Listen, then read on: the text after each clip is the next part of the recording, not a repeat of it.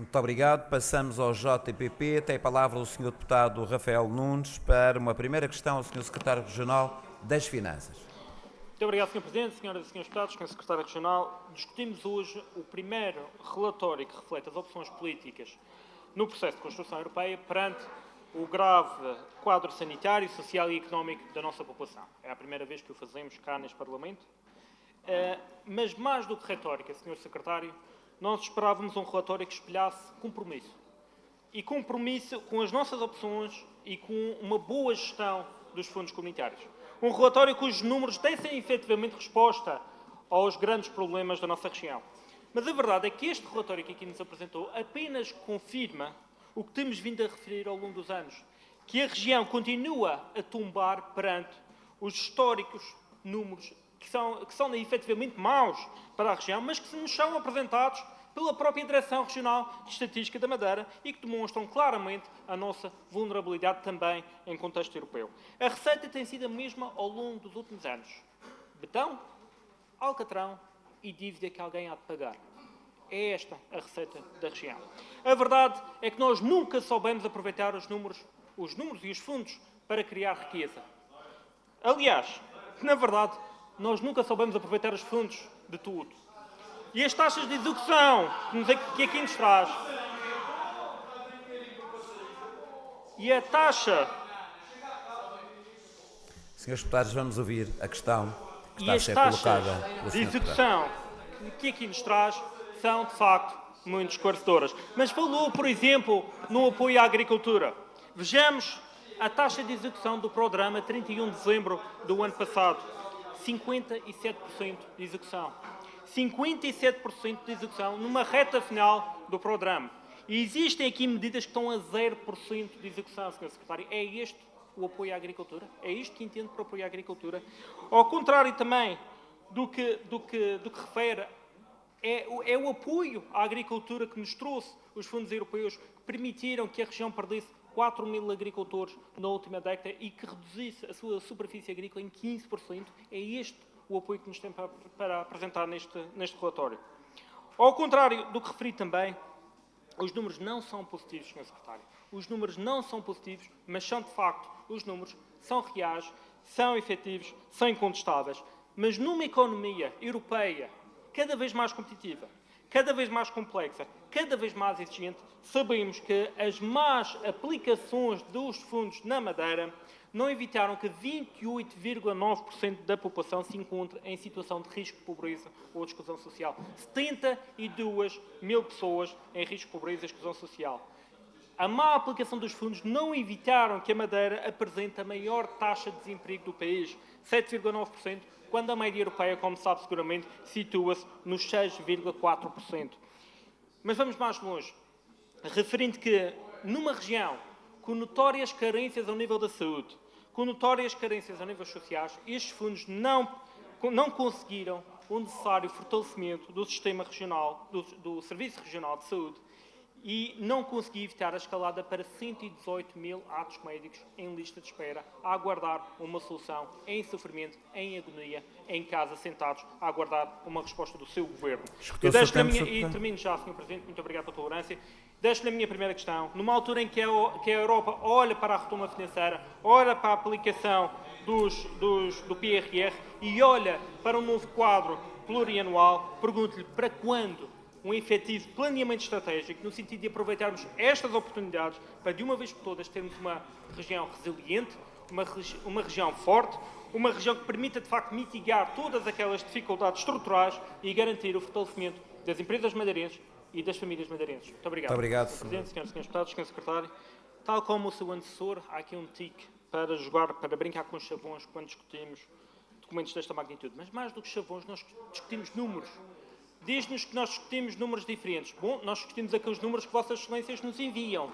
Se esses números não são os reais, aí teremos outro problema que teremos realmente de decidir em outras instâncias. Mas o que nós discutimos nesta Casa é, de facto, aqueles números que nos chegam das vossas secretarias regionais e das próprias direções regionais, como é a Direção Regional de Estatística. E há números realmente que não mentem, Sr. Secretário. Apesar da refinada propaganda que o Governo Regional tenta passar todos os dias, há números que não mentem. E a verdade é que estamos perante um relatório extenso, mas que, uma vez mais, é bem revelador das limitações no que concerne ao aproveitamento destes fundos ao nível estrutural, Sr. Secretário. E vejamos, se não gosta do programa, vejamos o Programa Operacional Madeira, que tantas vezes é apontado como um bom indicador. Temos uma medida que entendemos ser fundamental, que é a promoção do emprego e apoio à mobilidade laboral. Vossas Excelências vangloriam-se de 60% quando disse bem que estamos a um ano do término do programa. Qual o resultado destes 60% de aplicação? Temos 14 mil pessoas que continuam a engrossar as filas do desemprego, às quais se juntam 124 mil pessoas que se encontram inativas, muitas delas, como sabe, desempregados de longa duração, que simplesmente perderam qualquer tipo de esperança na reintegração com o Instituto de Emprego da Madeira. Falou aqui também de compromisso ambiental, do compromisso que o Governo tem para o ambiente. Senhores deputados, pedimos alguma consideração. Peço menos burburinho para ouvirmos o Sr. Secretário Regional das Finanças. Muito obrigado, Sr. Deputado, aliás, está do seu pedido. da JPP. Falou-nos do compromisso com o ambiente e tem aqui também a medida de apoio à transição para uma economia baixa de carbono, 34% de execução. Estamos a um ano do término. 34% de execução. Quando os desafios climáticos são fortemente destacados nas prioridades europeias e até nas próprias dimensões estruturantes do PRR, a execução da região, a tal região que Vossa Excelência diz que tem um compromisso climático, 34% de execução com o ambiente. E esta falta de visão estratégica é flagrante quando vemos um Governo Regional que injeta mais milhões nas PPPs rodoviárias e nas sociedades de desenvolvimento do que todo o dinheiro que chega à região ao longo destes anos no Fundo Europeu de Desenvolvimento Regional e no Fundo Social Europeu. Isto é completamente inaceitável, mas isto demonstra claramente qual a prioridade deste Governo Regional. E falando em falta de estratégia, e aproveitando os últimos segundos que me restam, não posso deixar de colocar uma questão em relação aos investimentos na área prioritária para a estratégia do mar no âmbito das negociações do PRR. Não podemos aceitar que, quando temos disponíveis 561 milhões de euros de verbas do PRR para a região, o Governo Regional opta por ignorar, simplesmente ignorou, um dos maiores ativos regionais, que é, de facto, o mar da Madeira, a economia azul, cuja única prioridade era, e relembro, o prolongamento da pontinha. Era esta a vossa prioridade para a economia azul. Era para isto que vocês queriam dinheiro. É esta a vossa estratégia para o mar. E pergunto-lhe, Sr. Secretário, e os pescadores? E a renovação da frota pesqueira que o seu antecessor disse, comprometeu-se nesta casa que iria apoiar? E a ligação férrea?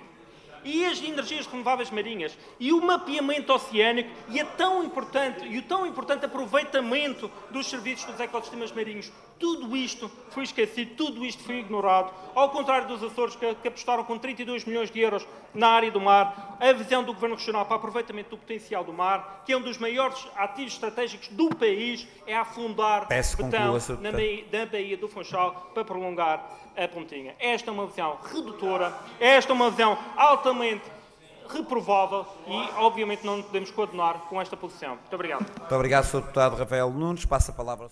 Obrigado, Sr. Presidente, Srs. Deputados, Sr. Secretário. Eu não posso deixar de aproveitar esta última questão para levantar aquilo que entendo ser um dos maiores atentados ao direito à mobilidade e uma enorme discriminação dos cidadãos das regiões ultraperiféricas. E como certamente Vossa Excelência saberá, durante o período a que se refere este relatório, a Comissão Europeia propôs uma medida insólita para cortar as emissões do tráfego aéreo intra-europeu, uma taxa sobre o combustível da aviação, o querosene, que, segundo Bruxelas, iria promover o transporte alternativo e menos dependente do combustível fóssil.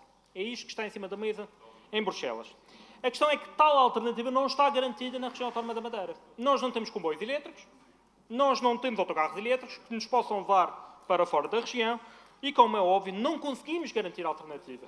E o Governo Regional não garantiu, obviamente também, como diz o Sr. Deputado e bem, o Governo Regional não garantiu um ferry alternativo às viagens aéreas. Estamos a falar do querosene e não do combustível do ferry. Pelo que entendemos que é essencial garantir esta excepcionalidade que proteja a região desta taxação estrondosa sobre as viagens aéreas, porque é das viagens aéreas que se debruça a União Europeia e não sobre as viagens marítimas. Mas acusou-nos, deixe-me só permitir que faço aqui um parênteses, que acusou-nos de ir para Canárias passar férias, fazer aquilo que o Governo Regional devia ter feito, discutir o ferry, esclarecer a Operação Ferry. Deixe-me só que lhe informe que nem €1, Sr. Secretário é o Secretário das Finanças, deixe-me só que lhe informe, nem €1 foi gasto do erário público na viagem destes 3 deputados. Já o mesmo não se pode dizer numa viagem a Miami para 2 pessoas que custou um pouco mais de €27.000. Nem €1 foi gasto do erário público por estes 3 deputados. E eu penso que, obviamente, não quererá entrar nesse debate de discutir valores de despesas de viagens. Mas o mais impressionante é que eu tive o cuidado de verificar todas as intervenções da região. Sr. Deputados, menos ruído para ouvirmos o Sr. Deputado do JPP. Faz favor de continuar, Obrigado, Sr. Sr. Deputado. Presidente, o incómodo é realmente notório. Eu tive o cuidado de verificar todas as intervenções da região no Comitê das Regiões, em outros fóruns europeus, e penso realmente que todas as que se refere a este relatório, e penso realmente que vossas excelências, sim, andaram a viajar, andaram a fazer turismo, porque nem uma palavra é referida pelos representantes madeirenses sobre este assunto. Nem o Governo Regional, nem o Governo da República lutaram para que as ilhas sejam excepcionadas deste imposto. E eu pergunto-lhe, está a dizer que não é verdade, pergunto-lhe então, porquê que neste relatório nada é dito sobre este assunto? A Madeira ficará calada perante este autêntico míssil contra as RUP? A Madeira continuará calada quando os nossos cidadãos são discriminados e marginalizados por serem europeus das ultraperiferias? Eu pergunto qual a posição, porque de facto, e peço-lhe só alguma consideração dadas as interrupções, porque existem de facto estudos pela Airline for Europe, a maior associação de companhias aéreas, que indicam que esta taxação poderá representar €100 por pessoa em voos internacionais. E isto é um golpe brutal na nossa economia, brutal no nosso turismo insular e, como é fácil de prever, terão a representação um enorme drama social, uma vez que a nossa economia depende, como sabemos, em 26% do produto interno bruto por parte do turismo. Assusta-nos que a Canárias tenha tido a coragem de confrontar Bruxelas, tenha tido a coragem de reivindicar as RUP espanholas, de Portugal, nem uma palavra, e peço-lhe então que esforços, que negociações foram usadas a cargo para esta nova problemática.